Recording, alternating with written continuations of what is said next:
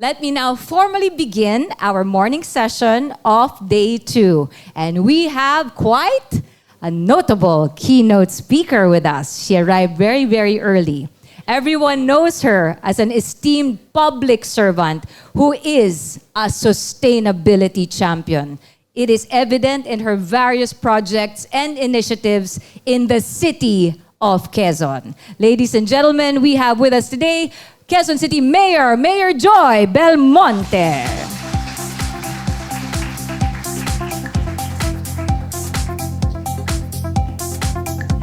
Good morning, Mayor Joy.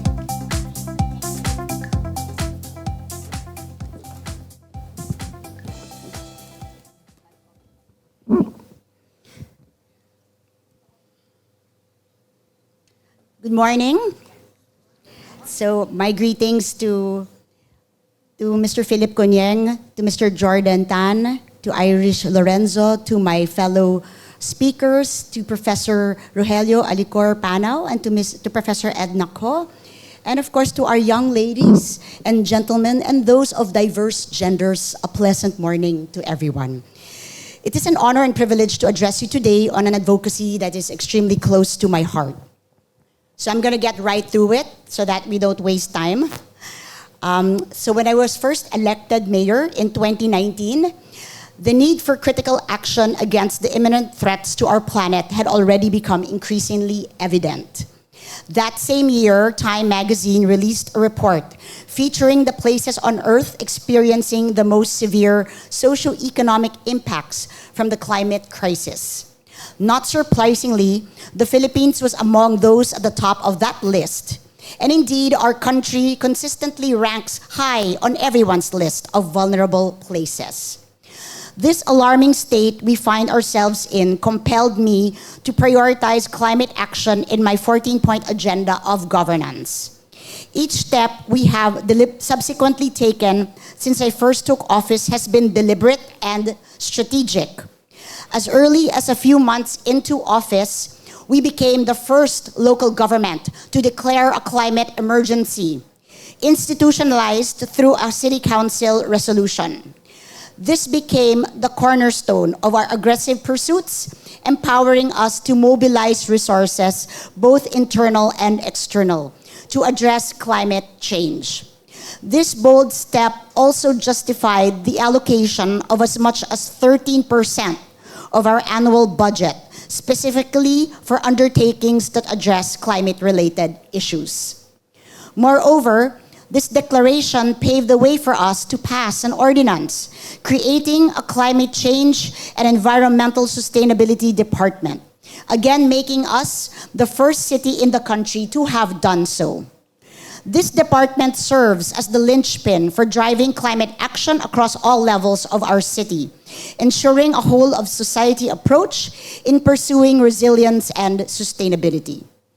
Assisted by C40 cities, a global network of 96 megacities that include London, Tokyo, New York, and Buenos Aires, dedicated to urgent climate action, of which we proudly count ourselves as the only Philippine member city, we crafted an enhanced local climate change action plan, or LCCAP for short, which is data-driven and evidence-based, with the objective of achieving a 30% reduction in greenhouse gas emissions by 2030 and net zero emissions by 2050. In addition, the plan emphasizes inclusive climate action that guarantees that no one is left behind. This serves as our compass for enacting policies and executing programs and projects that generate a meaningful impact for all. Consistent with our LCCAP, we are accelerating efforts to reduce the demand for fossil fuels, anchored on the principle of a just transition. Our strategies include expediting and intensifying the shift towards a circular economy, energy efficiency, renewable energy, and sustainable transport. Our transport policy is multifaceted. First, we are promoting active mobility through cycling and walking. Our city's 173 kilometers of protected and shared bike lanes will be expanded to 350 kilometers by year 2028, alongside the pedestrianization of key growth areas and the integration of a 15-minute approach to urban planning and development, the so-called 15-minute city, in which all essential services will be accessible in 15 minutes on foot or by biking for all Q citizens. Quezon City's free bus service, or Libreng Sakay, with over 100 buses running on 8 interconnected routes, is also transitioning to electric buses as part of our Green Fleet initiative beginning next year, as are our city's 1,000 service vehicles, including ambulances and police cars.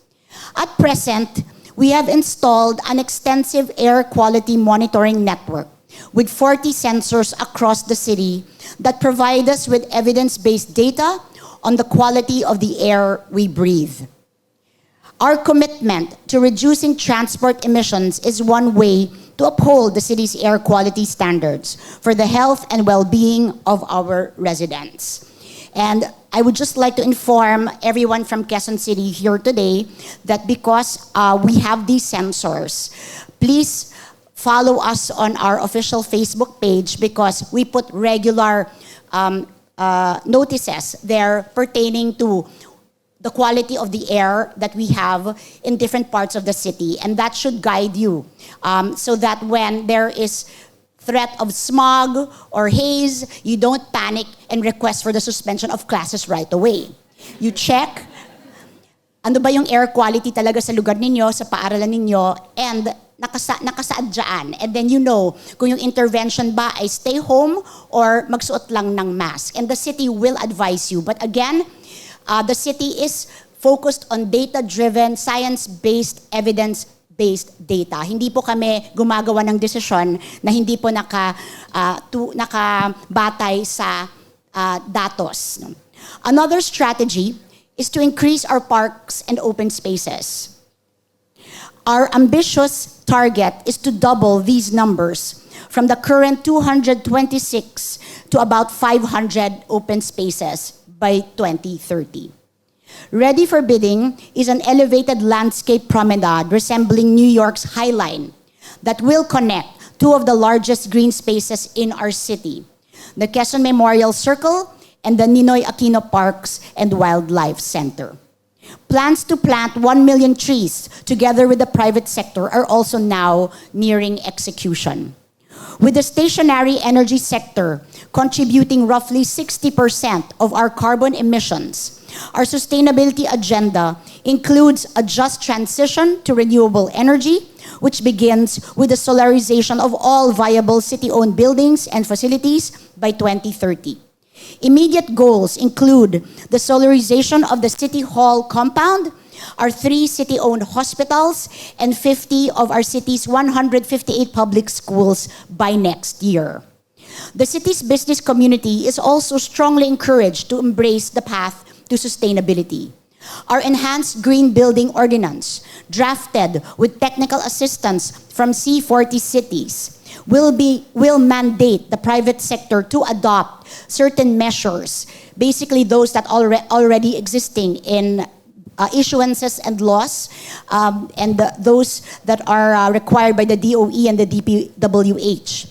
While we will have a reward system or incentive system for increased investments in energy efficient technologies, sustainable energy sources, climate resilience, water efficiency and conservation, clean construction and material sustainability, indoor air quality, and waste management and sewage treatment mechanisms.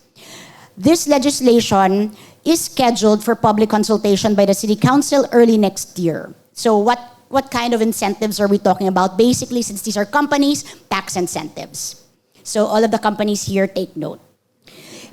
In last week's Future of Work conference, organized by the city, the private sector was introduced to the basic principles of sustainability planning as a precursor to the implementation of this ordinance.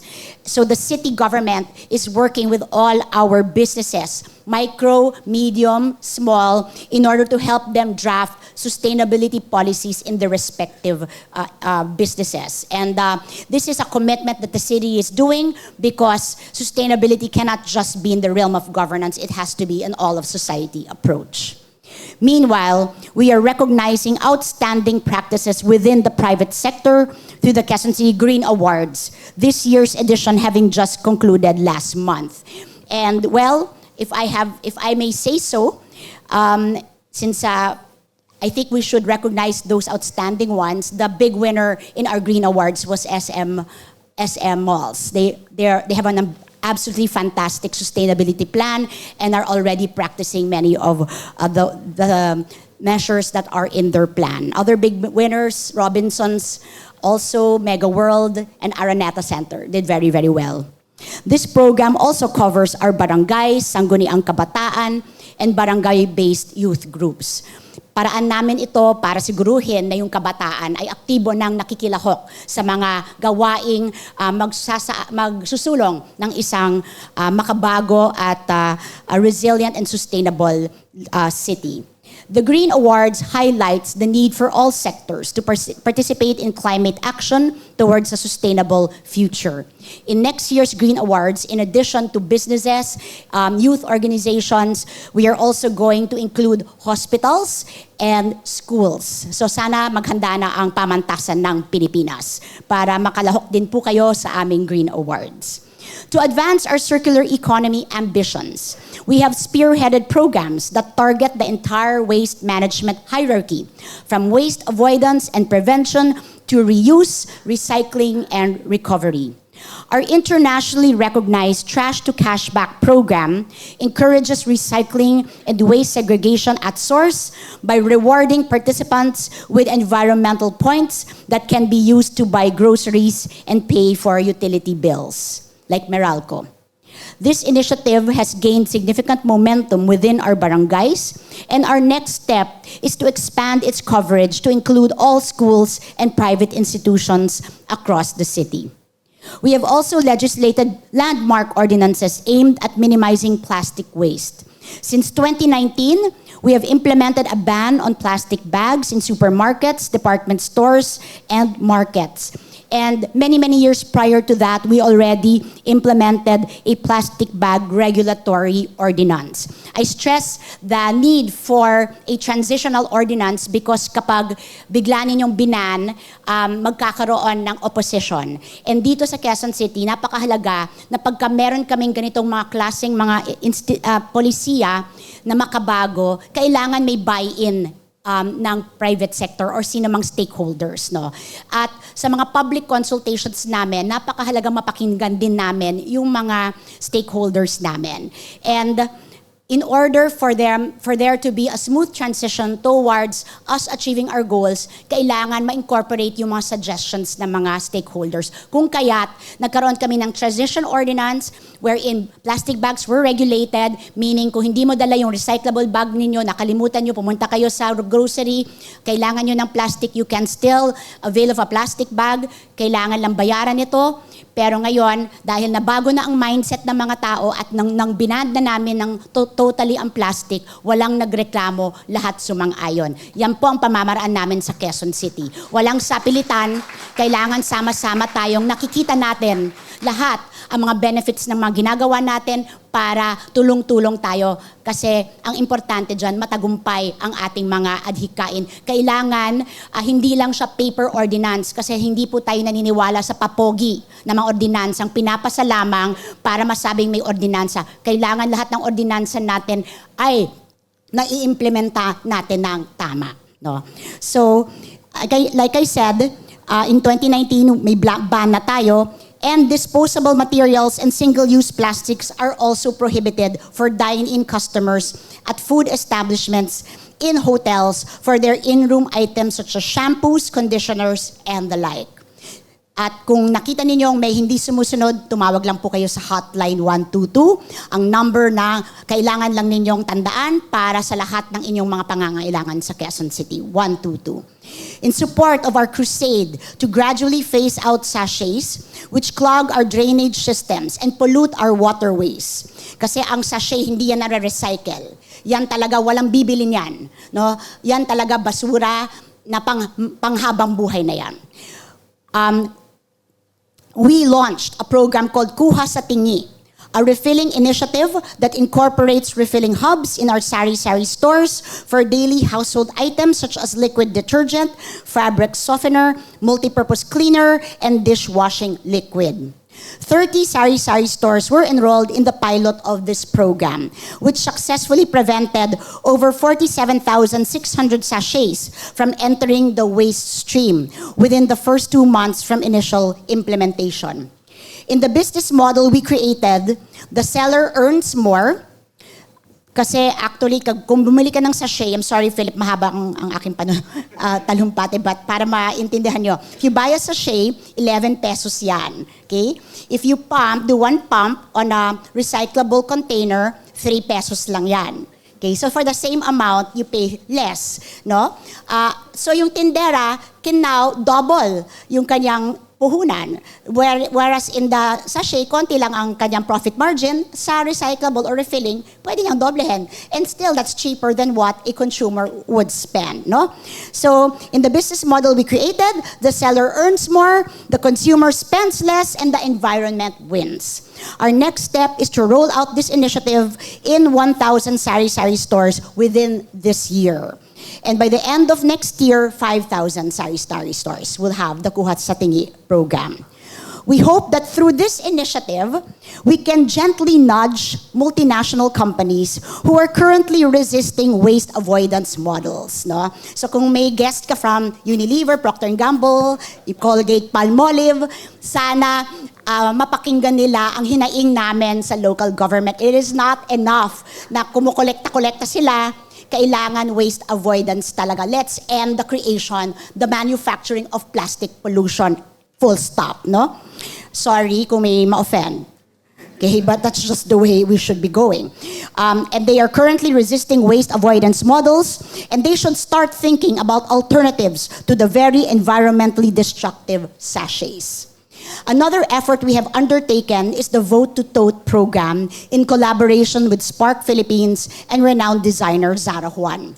Through this program, in the beginning 70 tons of used tarpaulins, including election materials, yung mga may mamukha namin, were repurposed into stylish and reusable tote bags made by our women deprived of liberty at the Quezon City Female Dormitory, yung mga nasa piitan, creating a sustainable source of livelihood for them and their families. This is really part of the Just Transition program. Nakikinabang pati yung pinaka-vulnerableng sector natin. At ngayon, pagkatapos ng barangay elections, ang katerba na naman ng tarpaulins, so ang dami na naman naming raw materials na pwedeng gamitin para sa programang ito. We are also taking steps towards repurposing textile waste, as global trends dictate that fast fashion will soon threaten our ability to manage this. Many are already calling textile waste the new plastic. Our pilot initiative, the Kilo Store ng Bayan, encouraged City Hall employees to donate pre-loved clothing and other items for resale per kilo in a meticulously crafted pop-up store. This is from a business model made popular in Paris. This effort generated, the first Kilo Store we put up, generated more than 1 million pesos in sales, which was donated to our city's Learning Recovery Program. So, gusto ko lang banggitin, almost kulela tayo sa reading and math, alam niyo yung lahat, no? So, kailangan all-out effort talaga tayo to promote learning recovery. So doon napunta yung 1 million. A permanent bagsakan will be established in City Hall soon, and hopefully this program, which is very easy kasi fashionable lahat ng kabataan, takes root in our different barangays through the efforts of our SK officials, which we are working with now for this. And recently, we have been in talks with the private sector towards recycling electronic waste or e-waste. Kasi yung mga computers nyo, cellphones ninyo, saan napupunta. So meron na kaming binubuong programa para maayos yung mga yan, yung mga pwede pang gamitin, ay pwede nating ayusin providing livelihoods for our women and our displaced workers, at ibigay sa mga mag-aaral na nangangailangan ng mga electronic tools. And just last week, we signed a memorandum of agreement with one of the water concessionaires na lahat ng treated wastewater nila ay gagamitin na ng Lungsod Quezon for firefighting and for cleaning our pavements and our streets. No? In support of our advocacy for healthy diets, I authored an executive order known as the Healthy Food Procurement Policy, in which we committed that no public funds would be spent on unhealthy food. Soon, a calorie labeling policy will be enforced in food establishments to encourage our citizens to make more informed and conscious decisions regarding the calorie content of their food choices. Ensuring that we have a sufficient local supply of healthy and fresh produce is essential to our adaptation strategy. The city's urban farming program, which started with backyard farming more than a decade ago, has now expanded to become a food security strategy that provides accessible and healthy sources of food for our people and livelihood opportunities for the unemployed. To date, we have established over 750 urban farms across our city, creating green jobs for more than 18,000 urban farmers. We have also incorporated an urban agriculture and program in our local Quezon City University, and now we have a Center for Urban Agriculture and Innovation there. At ang nakakatuwa, yung mga nag-enroll dyan, taga-probinsya. No?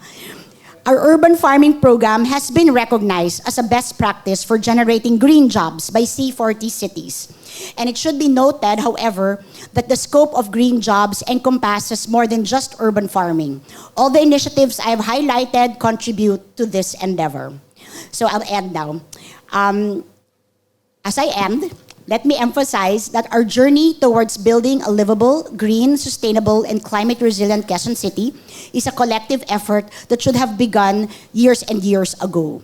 I hope and pray the members of our audience here today, especially our students, will actively participate in the crusade to restore our ailing planet back to health. And I'd like to stress the importance of our youth, because we have a team, a delegation going to COP28 from the national government.